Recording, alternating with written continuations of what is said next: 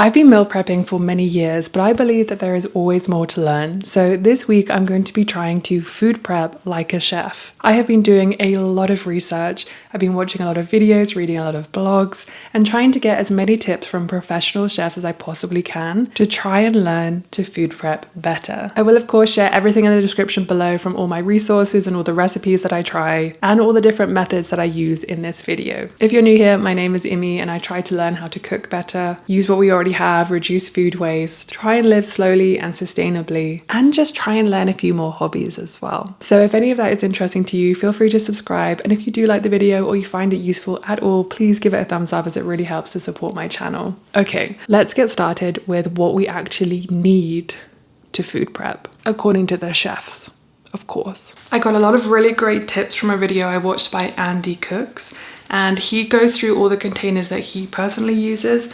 I use several different types of containers. So I have different sized silicone molds that I got from Supercubes, and these have lots of different sizes. I'm using these specifically today for the flavor bombs or the base recipes for a couple of recipes I'm going to be making. I also have a smaller size which I can prep things like aromatics in and then freeze them. And they kind of act again like a flavor bomb, but they're kind of the base component of a recipe rather than the actual kind of saucy base of something. If you have no idea what I'm talking about, I'm going to go into that a little bit more in depth when I'm talking about the flavor bombs that I'm going to be making. I also have some very simple glass containers with plastic lids, and these are from Rubbermaid. These are quite heavy, but I'm trying to use a little bit less plastic, so that's why I like to get these glass ones. I also have a few other random ones that I've collected over time and some jars that I will use maybe for some sauces or things like that, or leftover ingredients as well. The last thing, which is a tip I picked up in my I tried the viral freezer meal prep method video,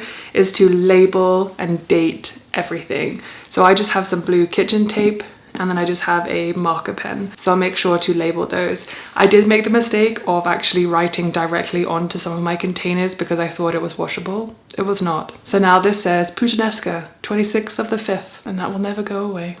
But it is very important to label and date things, especially if you have things that look very similar. The 3 flavor bombs that I'm making are all tomato red based, so obviously those are all going to look very similar when they're in the freezer. So labeling something is going to make it very easy to find, and also the date as well is going to be important because then you can know which one to prioritize to make first. Highly recommend. Andy Cooks also seems to have some kind of shelf system in his fridge where he keeps vegetables at the bottom, his kind of protein shelf, things that are prepped, and then things that need to be eaten now. I'm gonna take that into consideration. Not sure if I'm gonna actually implement that though. But what seems to be a very resounding kind of thing across all of the blogs and videos that I've watched is making bases for recipes to make weeknight cooking much faster and a lot more convenient. So the first thing I'm gonna get started with are 3 recipes from a video that I will link below called Flavor Bombs. And this is a base for a Indian recipe, an Italian recipe, and for a Mexican recipe. And each flavor base can be used for several different types of recipes. So let's get started with prepping the ingredients to make those flavor bombs. And I'm going to prep all of the ingredients at the same time, so that it just makes cooking a lot faster when we actually get to it.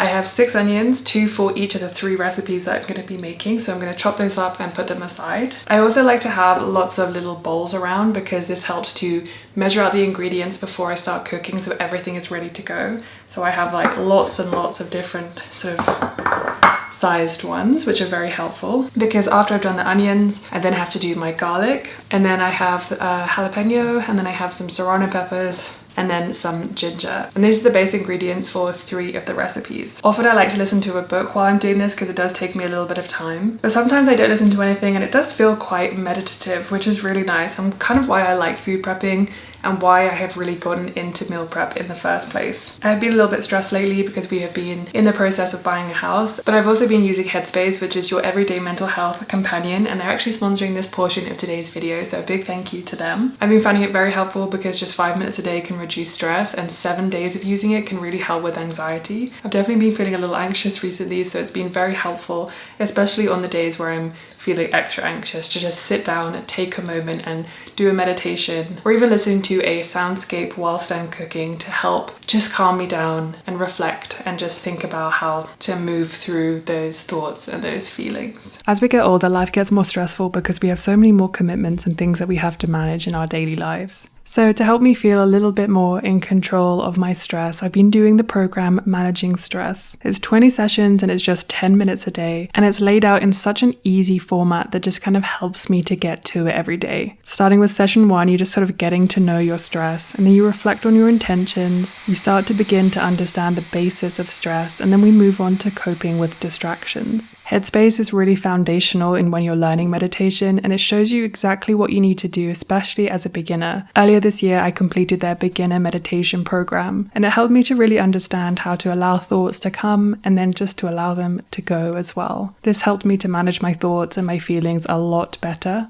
And this helped to really ground me and give me a kind of sense of peace, especially on those days where I was feeling particularly anxious or stressed. If you're interested in getting a 60-day free trial of Headspace, then you can click the link in the description below to get started. Okay, I'm actually going to put a soundscape on now, and I'm going to finish prepping all of these ingredients. To make it as uncomplicated as possible, I decided to chop up the ingredients that were the same first. So I chopped up all the onions for all the different recipes and put them into different pots so that they were all ready to go. And then I moved on to the garlic. The garlic I knew was going to take me a long time. So I peeled each individual garlic, and then I used my mini food processor to blend them up and split them between the 3 recipes. I definitely don't use my food processor enough. I think for things like this, it can make everything go way quicker. Honestly, the only reason why I didn't use a food processor for things like the onions is just simply because I was filming and I wanted to get a different kind of shot.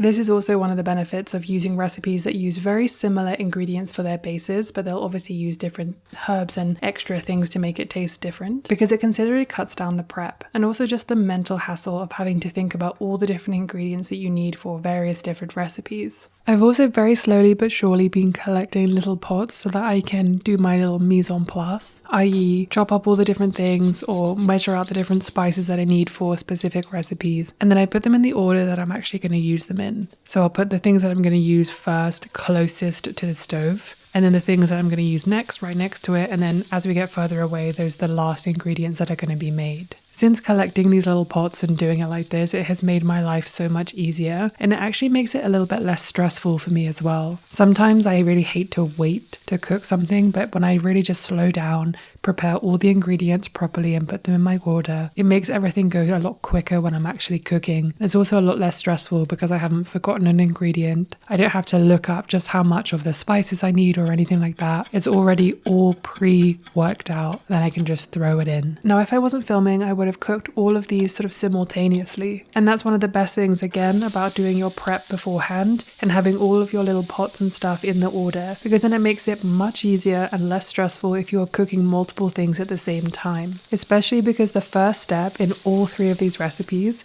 is to cook the onions and brown them for about 15 minutes. I definitely need to get myself one of those little timers that you can set for different amounts of time, obviously, because I have one on my oven and I have one on my phone, but then if I'm cooking 3 recipes, then I need to have a 3rd one. I can guarantee that I might be able to pick one of these up from a thrift store somewhere, but I find having different timers for things very, very, very helpful, because honestly, I will forget, I will pretend to look at the clock and be like, oh yeah, I'll remember when it's 10 minutes past, and I never will. So having timers for things has definitely changed the game. It might seem so simple, but timers are only something I've started using very recently, and it's mostly because I would make sourdough bread and I would have to get the timing right, otherwise I would burn it or I'd undercook it. And then I realized, wow, actually timers are incredibly helpful and very useful, especially if you're cooking multiple dishes at the same time. So when it came to storing these flavor bombs, I waited till everything cooled down completely. Then I put them in these silicone molds that I have. Of course, you can use whatever you have available. And then I popped them in the freezer. I did decide to keep one of the Italian flavor bombs out of the fridge so I could test it out to see how quick and easy it was to make a recipe with having all of those ingredients set. So for dinner, I made a recipe from the same ebook that I bought by Nisha. And it was just a very simple sausage pasta with spinach and mix that all together. It came together very quickly. Definitely the sausage took a little bit more time for me to cook up, but just having the majority of a meal or a flavor base made, it can cut down your cook time so dramatically. A few days later, I actually made the butter chickpeas. And that recipe came together incredibly quickly, I would say in less than 20 minutes, because I had that flavor bomb ready to go. So you're getting a much more elevated meal for far less effort when you're actually about to make it. Obviously, you've made a ton of effort before that,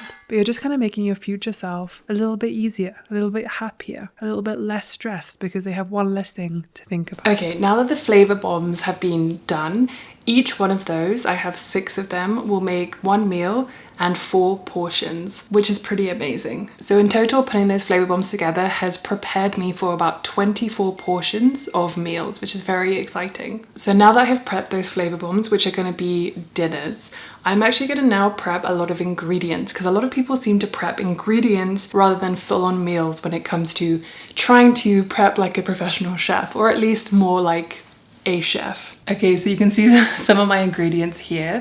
I have picked out 2 recipes to make or to prep these ingredients for that I can use to make something this week. I'm going to be making an orange tofu, so I'm going to make the orange sauce, and that's it. And then I'm also going to prep all of these for a tofu bowl, which has rice and then a slaw with carrots and this. I'm also going to make some pickled radish. I'm going to squeeze all of these limes, so I've got the lime juice. I'm also going to make a jar of pickled jalapenos. I've got some fresh coriander, which I'll use across all the meals, some cucumber for the bowls, and also lots of fresh spring onions as well. And I'm going to separate these into the white parts and the green parts. I'm gonna marinate the tofu and then put that in the oven. It is getting quite warm in Denver, so I really understand why people have air fryers now, because then they don't have to put the oven on to make something. So that might be in my future. But while that's cooking, I'm then gonna start prepping all of the other vegetables and the sauces. For the tofu, I froze it and then I have just been pressing it, and that's all I've done to prepare it. And then I'll put it in a quick marinade and put it in the oven. This marinade is exceptionally simple and I use the same ingredients every time. I use a normal soy sauce, I use a soup soy sauce, so a bit of a lighter one, mirin, rice vinegar, a little bit of whatever sweetener I have. This time I used agave, garlic powder, and I think a little bit of sesame oil, and that's pretty much it. I was very surprised at just how quickly frozen and then thawed tofu actually absorbs flavor, so I really highly recommend doing that when you're doing your next marinade. I then moved on to making pickled jalapenos. Again, I use a very simple pickling brine. I use this for almost all the ones that I want to be a little bit sweet, and I'll use about a 1/4 cup for this volume. I'll use about a 1/4 cup of apple cider vinegar, about a tablespoon of sugar, and then I will use as much water to fill up the rest of the jar, usually about 1/2 cup of water. When I usually make a pickling brine, I do tend to use hot water, or I put it all in a pan so that I can mix everything together and ensure that it all dissolves properly. But because I was making quite a few things today, I decided to just put it in, give it a bit of a shake, and then just put it straight in the fridge. I might have to wait just a little bit longer to make sure that they do pickle, but if you do use hot water or warm water, they will definitely pickle quite a lot faster. I like to wait at least 24 hours before using them, but if you use hot water, again, you can use them within a couple of hours if you want to. Not only is this a great way to extend the life of your vegetables or whatever you are pickling, but it also adds a different flavor and a different kind of element to your meal. I like to have pickled jalapenos because they really do add a nice crunch and a nice spice and a nice tang. But then I also like to do this with the radishes, which I do next, because again, they add a crunch. You're adding a different dynamic to your food, as well as that little pickle flavor and a little bit of zing and brightness to go on top of your meal. For me, it makes a really big difference, and also they look pretty, so it makes my meal look more appetizing as well. After I finished prepping the pickles, I decided to move on to the slaw that I was going to make. That was going to be the fresh element for my tofu bowls. I made this very simply with some carrots and some purple cabbage. I tried to cut these as thin as possible, and then I just dressed them with some of the lime that I had just squeezed, a little bit of salt, and a little bit of sesame oil. You'll notice as I'm making these things that quite a lot of the same ingredients in terms of flavor are in them, and it just helps to mix and match so much more. Once I had made my slaw, I then decided to move on to some of the ingredients that I was just chopping to prep for adding to dishes later, adding to recipes later, like the spring onions, and then also the coriander, which I separated out into stems and leaves. The stems I find very helpful for adding flavor to things like a coriander crema with cashews, or adding into recipes like curries, just to add a little bit more flavor. I've really been enjoying doing these challenge videos recently because I feel like I got myself into a little bit of a rut with my content, and I didn't really feel like I was pushing myself in any way to make new and interesting videos, and I just kind of felt like it was getting a little bit repetitive for you guys, and I didn't really want you to have to watch the same thing over and over again. And I feel like when I'm not learning and I'm not trying new things, then it's really hard for me to be creative and think outside the box and make content that is just a lot more interesting to watch. And obviously I know so many of you are so kind to me in the comments, and you're always saying that, you know, you like the content that I make, but I really just want to elevate it and make it more interesting for you. And I think that challenging myself to these things recently, like trying a high fiber diet or trying the viral meal prep freezer hack type thing, I think that it's enabled me to be a lot more creative with the kind of content I'm making, and therefore I can expose myself to new recipes and therefore you guys to new recipes. And for this video in particular, I'm just learning lots of different techniques, and even though some of them might seem really simple, they're just things that I would never have thought of because I had just really got stuck in my ways of doing the same things and not really wanting to try and expand my knowledge on even small things, you know, like meal prep and ingredients prep. And it might not be particularly exciting for some people, or it might just be one of those things where you're thinking, you know what, no, this is not exciting, but it's actually very helpful. And so sometimes it's nice to have helpful things be brought into your sphere so you can know how to make things a little bit easier for yourselves. So I hope that I have been making things a little bit more interesting for you, and I hope that you've been enjoying these videos as much as I have been enjoying making them. Okay, let's get back to the food prep. So I just finished making that cucumber kimchi, and I just prepared the orange sauce for the orange tofu. The only thing I left out was the cornstarch, and I'll just add that in when I'm cooking it later on. Lastly, I'm also going to be making a spicy sriracha mayo, and this is going to be a sauce that goes over my tofu bowls. This is a very, very simple recipe, but it's so delicious, and it's just a few ingredients that you can put together. Like I use vegan mayo, I use some vegan Greek yogurt, some lime juice, some maple syrup, I think a little bit of sesame oil, and that's pretty much it, to be honest. And then I mix it up and make sure it's nice and pourable. This doesn't last very long in my fridge just because it tastes so good, but if it does last a bit longer, that's why I always recommend putting dates on everything.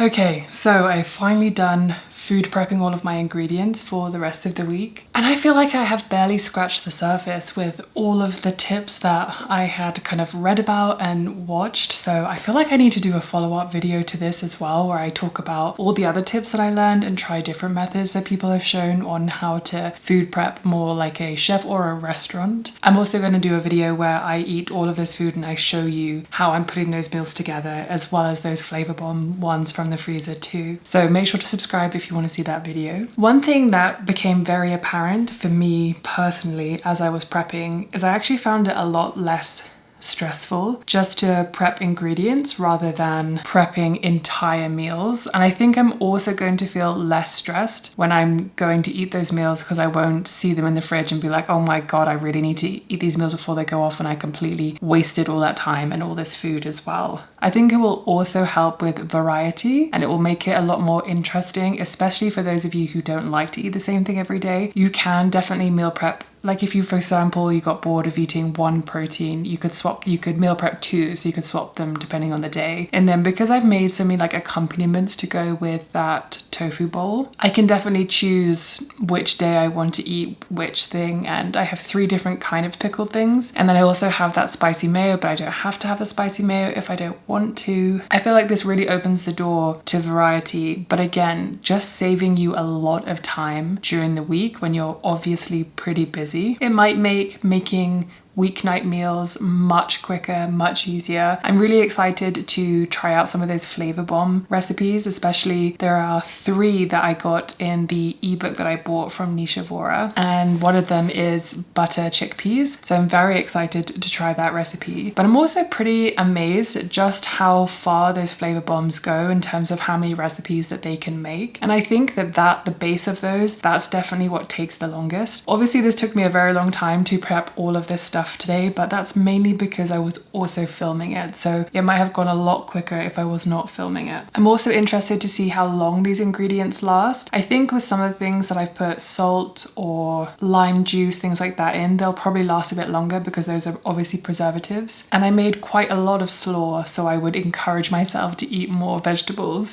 So hopefully that will all get eaten, but I'll be interested to see how long it takes me to get through all of those things. If you have any questions about this experiment, please let me know in the comments below. And don't forget to check out Headspace if you want a 60-day free trial. I'll leave that link in the description below, along with all the information and recipes that I put in this video as well. There will be a follow-up video to this and a part 2 and a video of what I did and a video of me eating through all of this and how I put them together. So don't forget to subscribe if you want to.